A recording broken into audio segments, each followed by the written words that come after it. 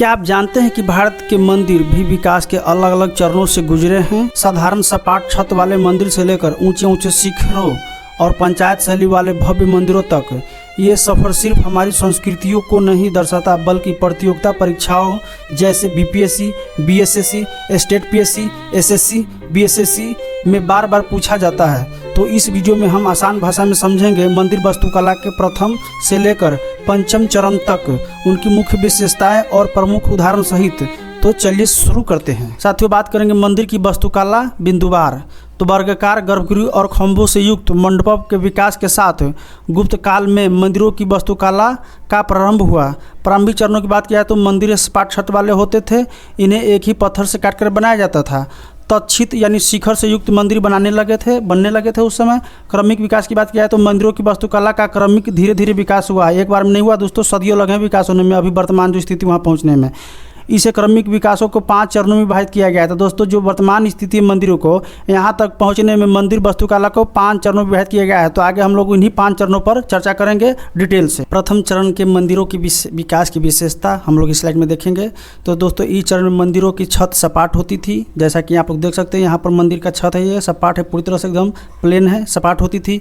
ये मंदिर गुफा शैली वास्तुकला से प्रभावित थे और बाद में शिखर का विकास हुआ था। दोस्तों, बाद अभी तो गुफा जैसा ही बना हुआ है, लेकिन इसके बाद में इसे ऊपर शिखर का विकास होने लगा था। इसके बाद वर्गाकार की बात किया तो मंदिर का आधार और आकार वर्गाकार होता था, जैसा कि आप लोग देख सकते हैं। एकदम चबूतरा ऐसा वर्गाकार, एकदम वर्गाकार है, आयताकार है। और आगे चलकर यह योजना आयताकार और क्रॉस आकार में विकसित हुई थी। तो आगे चलकर ये वर्गाकार से आयताकार में भी परिवर्तित हो गया था। तो प्रथम चरण में वर्गाकार जैसा ही था। तो कभी एग्जाम में पूछे कि प्रथम चरण का मंदिर की आकार कैसी थी, तो वर्गाकार था, ध्यान रखिएगा। द्वार मंडप की बात किया है तो द्वार मंडप उभरे हुए स्तंभों पर निर्मित होता था, ध्यान रखिएगा दोस्तों। प्रारंभिक स्तंभों पर केवल सरल नक्काशी होती थी। गुप्त काल में पुष्प व बेल बूटा अलंकरण मिलने लगा था। तो ध्यान रखिए दोस्तों, गुप्त काल में प्रश्न कभी बन सकता है कि बेल बूटा अलंकरण किस काल में हुआ था, तो आपका गुप्त काल में, ध्यान रखिएगा। ऊंचाई की बात किया तो संपूर्ण संरचना नीची चौकी पर बनाई जाती थी, जैसा कि आप देख सकते हैं। ऊंचा नहीं ज़्यादा यहाँ से बनाई जाती थी। बाद के काल में मंच ऊंचे होने लगे ताकि मंदिर दूर से भी भव्य दिखाई दे। तो बाद के काल में हुआ था, लेकिन वर्तमान प्रथम चरण में मंदिर वास्तुकला नीचे ही थी, ध्यान रखिएगा। गर्भगृह की बात की जाए तो दोस्तों, इस चरण में मंदिर में गर्भगृह अवश्य होता था। तो प्रथम चरण से ही मंदिर में गर्भगृह होता था, ध्यान रखिएगा। लेकिन अभी तक शिखर का विकास नहीं हुआ था। तो जैसा कि मैंने पहले बताया था कि शिखर अभी भी यहाँ पर नहीं है, प्लेन है, एकदम स्पाट छत जैसा ही है। उदाहरण की बात किया है दोस्तों, सांची मध्य प्रदेश का जो मंदिर संख्या 17 है, ये इसके उदाहरण है। और दोस्तों, ये मंदिर संख्या 17 ही है, ध्यान रखिएगा दोस्तों। ये सांची का मंदिर ही है, आपका जो मंदिर संख्या 17 है, उसका इमेज मैंने लगाया है। आप लोग इसे देख सकते हैं और खुद एनालाइज कर सकते हैं किस टाइप के मंदिर पहले बनाए जाते थे प्रथम चरण में। और इसके उदाहरण देखिए दोस्तों, गुप्तकाल के मंदिर, गुप्तकालीन मंदिर वास्तुकला का आदर्श प्रारंभिक नमूना माना जाता है इसे। तो दोस्तों, ये भी ध्यान रखिएगा दोस्तों, ये मंदिर वास्तुकला है जो गुप्तकाल का ही है। हम लोग एग्जाम दृष्टि से देख लेते हैं, वन लाइनर एग्जाम दृष्टि से। 3 काल में बने मंदिरों को फ्लैट रूफेड टेम्पल भी कहा जाता है। ध्यान रखिए दोस्तों, कभी प्रश्न पूछे जा सकते हैं कि फ्लैट रूफेड टेम्पल किस काल के मंदिरों को कहा जाता है। दोस्तों, प्रथम चरण के काल के मंदिरों को कहा जाता था फ्लैट रूफेड टेम्पल, ध्यान रखिएगा दोस्तों। और इसके प्रमुख केंद्र कहाँ है, तो दोस्तों सांची में है, आपका उदयगिरी में है और देवगिरी में है। तो इसे आप लोग जरूर ध्यान रखिएगा। का विकास की विशेषता, तो दोस्तों इस स्लाइड में हम लोग देखेंगे द्वितीय चरण के मंदिर की विकास की विशेषता। तो पहले चरण की परंपरा का पालन किया गया। इस चरण में द्वितीय चरण में पहले चरण की परंपरा का पालन किया गया। इस चरण में अधिकांश विशेषता पहले चरण जैसी ही बनी रही। ऊंची वेदिका की बात किया है तो इस काल में मंदिर अधिक ऊंचा या उभार दिए गए मंच पर बनाए जाते थे। मंच की ऊंचाई से मंदिर की भव्यता और दिशा बढ़ती थी। 2 मंजिला मंदिर की बात किया है तो कहीं कहीं 2 मंजिला मंदिर के उदाहरण भी इस काल में मिलते हैं। यह विकास मंदिर वास्तुकला में नई जटिलता और विस्तार का संकेतक माना जाता है। गर्भगृह की बात किया है तो गर्भगृह के चारों ओर एक ढका हुआ मार्ग बनाया जाने लगा। इस मार्ग का प्रयोग प्रदक्षिणा पथ के रूप में किया जाता था। प्रमुख उदाहरण की बात किया तो मध्य प्रदेश के नक्षना कुत्था का पर्वतीय मंदिर। दोस्तों, मध्य प्रदेश में पर्वतीय मंदिर इसका उदाहरण एक देखने को मिलता है और इसी काल का है। यह मंदिर इस चरण की विशेषताओं को स्पष्ट रूप से प्रदर्शित करती है। एग्जाम की दृष्टि से बात की जाए दोस्तों, ऑनलाइन एग्जाम की दृष्टि से, तो प्रदक्षिणा पथ की परंपरा इसी चरण में शुरू हुई थी। ध्यान रखिए दोस्तों, प्रदक्षिणा पथ की परंपरा इसी चरण में शुरू हुआ था। कब, तो द्वितीय चरण में।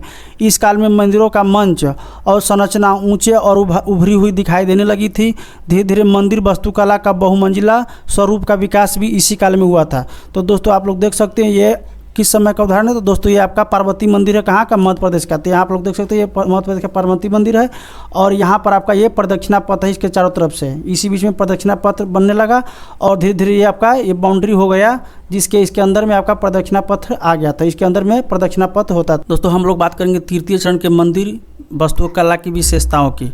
तो पहले शिखर की बात करें तो इस चरण में सपाट छत की जगह शिखर बनने लगा था। दोस्तों तृतीय चरण में आपको देख सकते हैं यहाँ पर शिखर बनने लगा था, यहाँ पर शिखर हो गया था, जबकि पहला चरण में सपाट छत था, ध्यान दीजिएगा। और हालांकि शुरुआती शिखर अभी कम ऊंचे और लगभग वर्गाकार आकार के होते थे। तो ध्यान रखिए दोस्तों, पहला शुरुआती शिखर जो था वो कम ऊंचाई के था और वर्गाकार जैसा ही था। पंचायत शैली की बात की जाए तो मंदिरों के बनाने की पंचायत शैली, यानी बहुत एग्जाम में तो ये लगभग बार बार पूछा जाता है कि पंचायत शैली क्या है, तो मंदिरों से विकास से संबंधित है। तो मंदिरों की पंचायत शैली का आरंभ तृतीय काल में माना जाता है। ध्यान एकदम रट जाइएगा आप लोग। इसमें मुख्य देवता का मंदिर मध्य और चारों देवता के छोटे छोटे मंदिर चारों दिशाओं में होते थे। दोस्तों इसमें पंचायत शैली में क्या होता था, जैसे कि मान लीजिए ये आपका वर्गाकार मंदिर बन गया है तो यहाँ पर आपका बन जाता था आपका मुख्य देवता का मंदिर जो गर्भगृह होता था और मुख्य देवता बन गया यहाँ पर, जबकि छोटे छोटे देवता के मंदिर इस कोना में और इस कोना में यहाँ बन गया। तो इसे ही पंचायत शैली कहा है। ध्यान रखिए दोस्तों, ये आपका मुख्य देवता हो गए और यहाँ पर 4 छोटे छोटे देवता के मंदिर हो गए, 1 2 3 और 4। तो ये आपका इसे कहा जाता है पंचायत शैली। तो ध्यान रखिएगा, बहुत इंपॉर्टेंट प्रश्न होता है पंचायत शैली से संबंधित है। आगे हम लोग देखते हैं तो मुख्य मंदिर की बात की जाए तो मुख्य मंदिर के सामने लंबा मंडप बनाया जाने लगा था। दोस्तों तृतीय चरण में मुख्य मंदिर के सामने लंबा मंडप भी बनने लगा था। मंडप और गर्भगृह को जोड़ा गया जिससे मंदिर की संरचना और विस्तृत हो गई थी, यानी लंबा और विशाल हो गया था। भूमि योजन की बात की जाए तो इस काल का मंदिर प्राय भूमिगत क्रॉस आकार का हो जाता था। ध्यान रखिए दोस्तों, आपका क्रूसीफाइड आकार का इस काल के मंदिर होता था, ये ध्यान रखिएगा। अर्थात मंदिर की संपूर्ण संरचना क्रूसीफॉर्म यानी क्रॉस शेफर्ड दिखाई देता था। ये एकदम इंपॉर्टेंट प्रश्न कभी कभी बनता है दोस्तों। इसके उदाहरण की बात किया है कि ये इस कला की मंदिर उदाहरण कहाँ है दोस्तों? 10 अवतार मंदिर देवगढ़ उत्तर प्रदेश में है और ये मंदिर वहीं का है दोस्तों। ये 10 अवतार देवगढ़ के मंदिर है, ध्यान रखिएगा दोस्तों, आप लोग इसे दिमाग में बैठा ही लीजिएगा। और एहोल का दुर्गा मंदिर भी इस काल के मुख्य उदाहरण है। अब हम लोग वन लाइनर एग्जाम की दृष्टि से देख लेते हैं। जैसे पीटी में पूछे जाने वाले प्रश्न की बात की जाए तो इस चरण में मंदिर वास्तुकला अपनी भव्यता की ओर अग्रसर हो चुकी थी। ध्यान रखिएगा, इंपॉर्टेंट प्रश्न है दोस्तों, इंपॉर्टेंट प्रश्न है। पंचायत शैली आगे चलकर नागर शैली मंदिरों का प्रमुख स्वरूप बनी। ध्यान रखिए दोस्तों, पंचायत शैली से ही आगे चलकर नागर शैली हो या फिर वेसर शैली हो, मंदिरों का विकास का आधार बना था पंचायत शैली।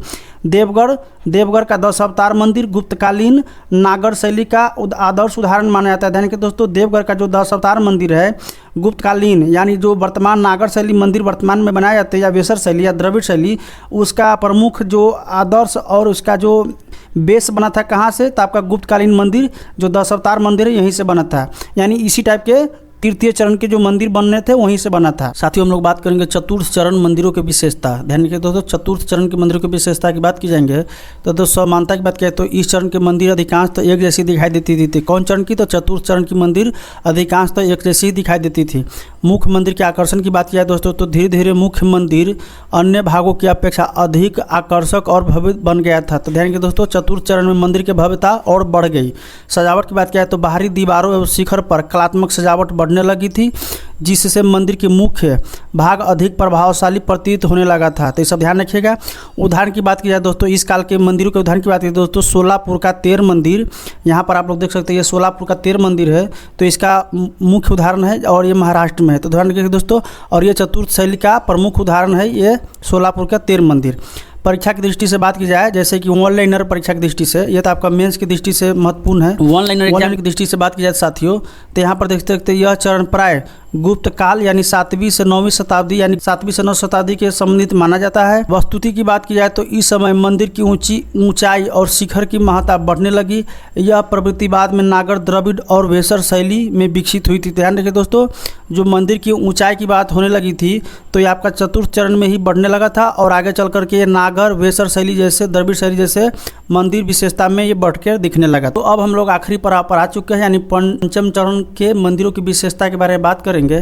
तो इस चरण में बाहर की ओर उभरे आयताकार किनारों वाले वृत्ताकार मंदिरों का निर्माण प्रारंभ हो गया था। यानी दोस्तों इस चरण में वृत्ताकार मंदिरों का निर्माण प्रारंभ हो गया। पूर्व की परंपरा की बात किया तो पहले चरणों जैसे प्रथम चरण से चतुर्थ चरण की अन्य विशेषता भी यथावत बनी रही थी। इस चरण में भी स्थापत्य विविधता की बात की जाए तो इस समय मंदिर निर्माण में गोलाई और आयताकार का संयोजन दिखने लगा था। तो दोस्तों गोलाई और आयताकार का संयोजन किस चरण में दिखने लगा था? दोस्तों मंदिर की पंचम चरण यानी मंदिर विकास की पंचम चरण है उसमें ये सब दिखने लगा था। तो आप लोग ध्यान दीजिएगा।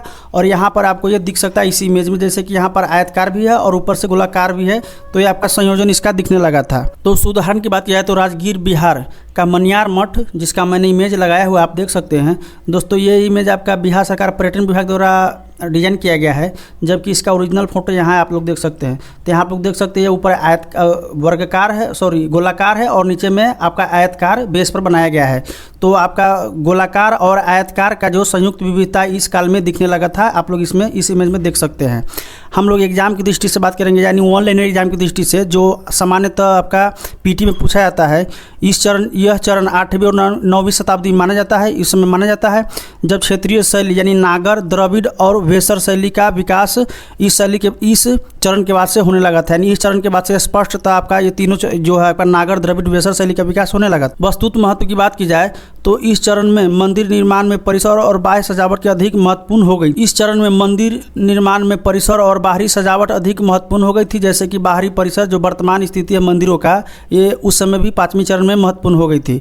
वृत्ताकार के कारण यह शैली बौद्ध विहारों एवं स्तूपों स्थापत्य से प्रभावित मानी जाती है। दोस्तों जो ऊपर बना हुआ आपका देख सकते हैं संरचना वृत्ताकार है, इसके कारण माना जाता है कि इस मंदिर शैली पर आपका बौद्ध विहारों और बौद्ध जो मठ होता है ये उससे प्रभावित मंदिर सब है।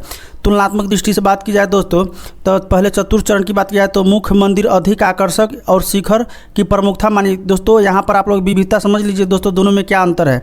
जो चौथी चरण की मंदिर बनती थी उसमें मुख्य मंदिर अधिक आकर्षक एवं शिखर की प्रमुखता मानी जाती थी, जबकि पंचम पीढ़ी है इसमें आपका वृत्ताकार और आयताकार रूप का मिश्रण विविधता और अधिक विस्तार हो गई थी। दोस्तों पंचम पीढ़ी के मंदिर में यानी पंचम चरण के मंदिर में वृत्ताकार और आयताकार रूप का मिश्रण अधिक हो गया था, जबकि चतुर्थ चरण में आपका मुख्य मंदिर का आकर्षण और शिखर की प्रमुखता दी जाती थी। तो दोस्तों आपने देखा कि कैसे भारतीय मंदिर वास्तुकला साधारण रूप से शुरू होकर भव्य शिखरों और पंचायत शैली तक पहुंची।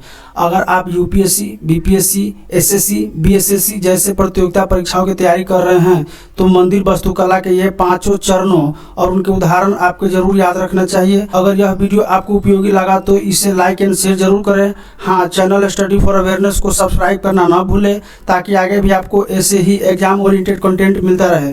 मिलते हैं अगले वीडियो में। धन्यवाद।